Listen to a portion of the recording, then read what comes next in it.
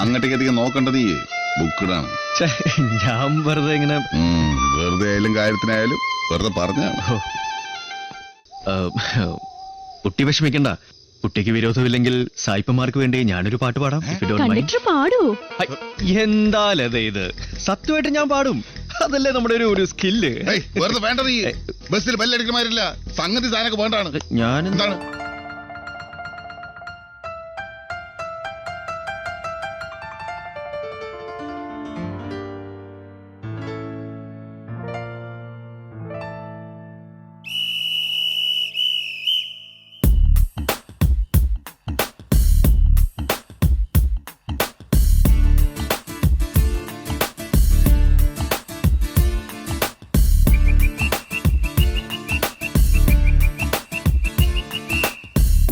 എന്തിനീ മിഴി രണ്ടും പിടയാതെ പിടയും, കാണാതെ കാണുന്നതാരേ നീ?